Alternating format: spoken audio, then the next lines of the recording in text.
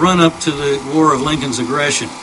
And in the North, I think it's correct to say all of the states passed legislation saying that it would be illegal to enforce the fugitive slave law, which in fact was not constitutional, in spite of what the Supreme Court had said, in their state. And so when, in one case was very interesting, a fugitive slave had been apprehended by a federal marshal. In the good old days, we didn't have federal jails. He was in a local jail, and that was violating the law. And that incensed, because that's specifically what was prohibited by the law. So a newspaper editor, not even having time to print a newspaper, went out and caused an alarm and got people riled up and aware of what was going on. They went into the jail and freed the slave, and that led to 2 series of litigation for state and federal laws that supposedly had been violated. The end of the matter was, when they finally got him convicted on the fugitive slave law in the second go-around,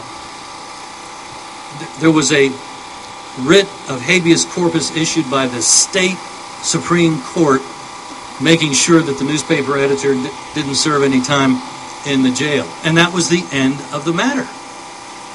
So it doesn't matter what the Supreme Court says, because they're not the supreme law of the land. You and I, as voters, are the supreme law of the land. We, the people.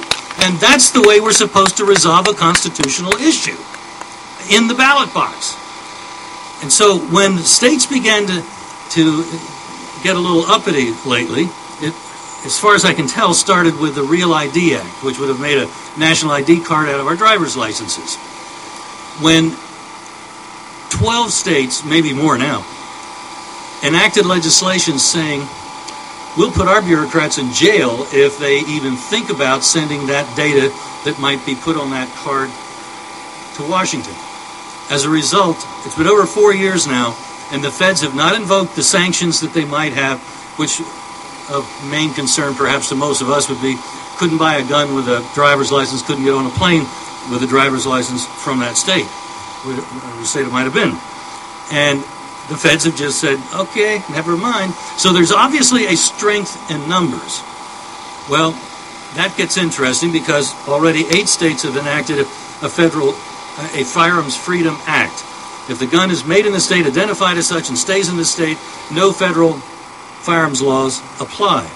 Now, Wyoming has an interesting twist in theirs. It's the same as the other states, but it also says that if a Fed tries to impose federal law in contravention of state law, that's an offense that could get him 365 days in jail. If they had made it one more day, a conviction, even if he never served a day, but the conviction would have taken away his gun rights under federal law. Now, the feds are probably not going to like that. They're going to try to, the way they did with Lon Horiuchi, the murderer from of Randy Weaver's family out in Idaho at Ruby Ridge. They'll try to move it to federal court. The point is, if that federale comes back into Wyoming after he's been convicted, that's another offense under state law there too. It's going to be tough to be a federal thug with states doing things like that. There ought to be a law. Yes, sir! Yeah, it's called the Constitution. So what Gun Owners of America is going to be doing, the NRA doesn't want to support these laws. They've told legislators we don't support it. They didn't say they opposed it either. They just don't want to get behind it. But we're going to be asking legislators to have a Wyoming +1 type of provision. And if we get a dozen states or more that enact that kind of legislation, you know what? I think it's going to be harder and harder to enforce federal gun laws. That's the idea, of course. There's another approach that can also be taken. Virginia is one of the states that said no to Obamacare. Now, one of its provisions says that if you are being harassed by the feds and they try to get a lien on your property, no Virginia sheriff under that law is able to place that lien on your property. And I was talking to the legislator that got that through, and I said, that's all well and good, but what about my money or my company's money that's in a bank account? All they have to do is go online, clickety-clack, and there goes my money. Real easy. He said, well, there's an answer to that. I've got a bill this year. I'll have it again next year. to have a state bank outside the federal system, just like North Dakota. And when your money's there, there's not a thing the federales can do because they have no jurisdiction. Yes, sir! Yes, sir! You know, it's really kind of exciting to see that there are, especially at the state level, legislators who are looking for ways to kick Uncle Sam right in the knee. I mean, well, somebody said maybe higher, but I didn't, you know, we're in polite company, so let's not go there. As long as we stop them, it doesn't matter where we kick them. We can agree on that. Yeah. Now, so these are some of the things that we're going to be working on at Gun Owners of America, and I guess just as a wrap, I'd like to explain what our philosophy is of lobbying, and what our philosophy is in federal elections. That is primarily what we get involved in, to the extent that we have resources, and that is, we don't think the system as it is should be respected. It's an illegitimate system that's way outside the bounds of the federal Constitution, and the NRA and a lot of other groups, so it's not just the NRA, look at the system as a given, that we can't change it, so we just have to have access to it so we can be a player. You're probably familiar with the biblical account of when Christ went into the temple and he made a cat of nine tails and drove out the money changers because what they were doing was illegitimate. The standard lobbying approach in Washington would be to say, hey, you didn't let me know this was going on. I need a place at this table. And if he'd have been mad at him at all, it was because they owed him some back part of the cut. Now, we think the table is filled with ill-gotten items and it needs to be overturned just as it was in the temple that day. And we hope that we're going to have enough folks with cat of nine tails that they're either going to clear off the table and reset it constitutionally, or we're going to reset them. And when so that's really the difference. Whether you are whether you're suffering from the Stockholm syndrome and assume that the best way to survive this kidnapping is to go along with whatever my captor wants to do. You may remember Patty Hearst was kidnapped decades ago, and she ended up robbing banks with her kidnappers. She had so fallen into the Stockholm syndrome, and I guess psychologically it may be understandable. It's a survival technique in the short run. But when you think that way in politics, you end up perpetuating the system, which is killing us. It's strangling us. It's enslaving us. So hopefully the message this fall is going to be, Congress, you're fired. And hopefully if they don't get it, those that manage to get elected, we'll do the same to them next go around until they finally understand that we the people are the boss. We're going to carry a gun wherever we want, even on a school. Perish that thought. Why, we might even be able to shoot a Muslim terrorist that wants to do something like was done over in Russia, where about 300 people, including about half of them kids, were murdered because nobody had a gun. All the guns were on the outside. That didn't do much good. We got to be able to defend ourselves at any time. That's why we need to be able to carry a gun at any time. And if somebody wants to carry it openly and some socialist ruling class wets their pants, that's okay. We'll get them a Depends. But let's just not succumb to that way of thinking. The watchword is Constitution, is individual liberty, including markets, including carrying guns.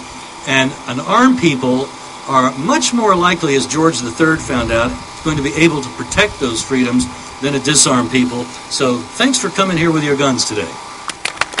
You're welcome, sir. And if you're not a member of Gun Owners of America, I've got a blue brochure in the back that you can use to sign up with, and or you can go online to gunowners.org.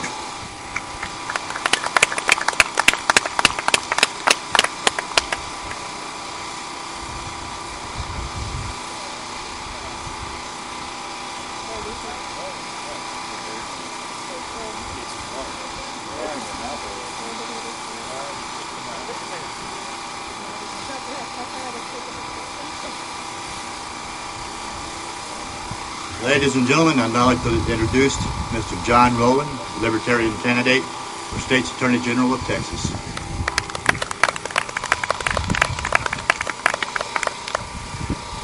Good afternoon. I am the Libertarian nominee for Texas Attorney General. And to understand why I'm seeking that office, it's important to understand what the office of the Attorney General can do and what it cannot do.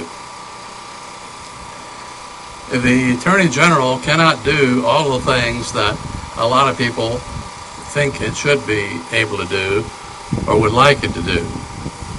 I get a lot of people calling upon my positions on what are essentially legislative issues. The Attorney General doesn't get to pass on legislation. All he gets to do is enforce it. However, how he enforces it can make all the difference in the world. For example, there is a statute that requires the state, the Attorney General essentially, to represent whistleblowers, as well as perhaps their agencies if the whistleblower is suing the agency. Now you may ask, how can the Attorney General come in on both sides of an issue? And the answer is, he can. One of the jobs of the Attorney General is to make sure that all of the key arguments are well represented. It's not up to him to try to weigh the scales of justice or to try to talk to the judge in chambers and get him to, decide the case one way or another. His job is to present the best arguments for all the positions on which a decision is needed. And that would include the whistleblowers, of which there has been several who have not been represented. But one of the things that the Attorney General can do that he very seldom does is to open up a grand jury to complaints from citizens. It would be right now, local district attorneys pretty well serve as the gatekeeper for grand juries.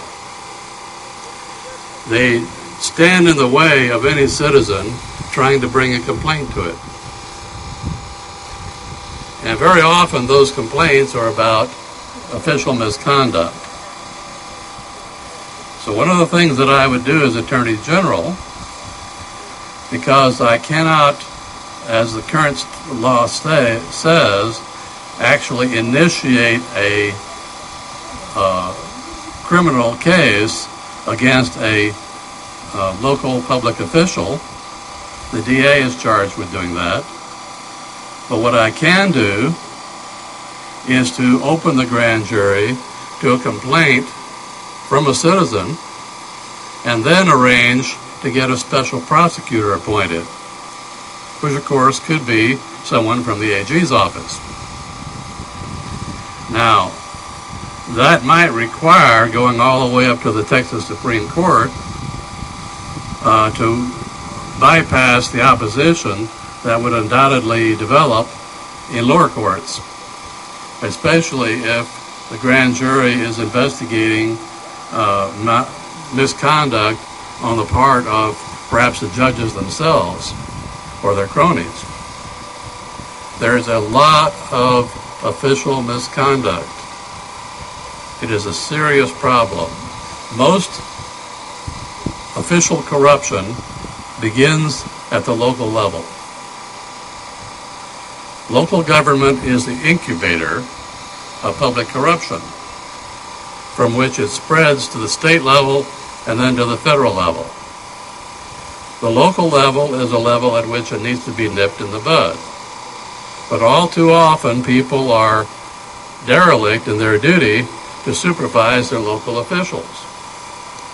They think it's okay to put out a request for proposals for some public expenditure for which only one candidate can qualify.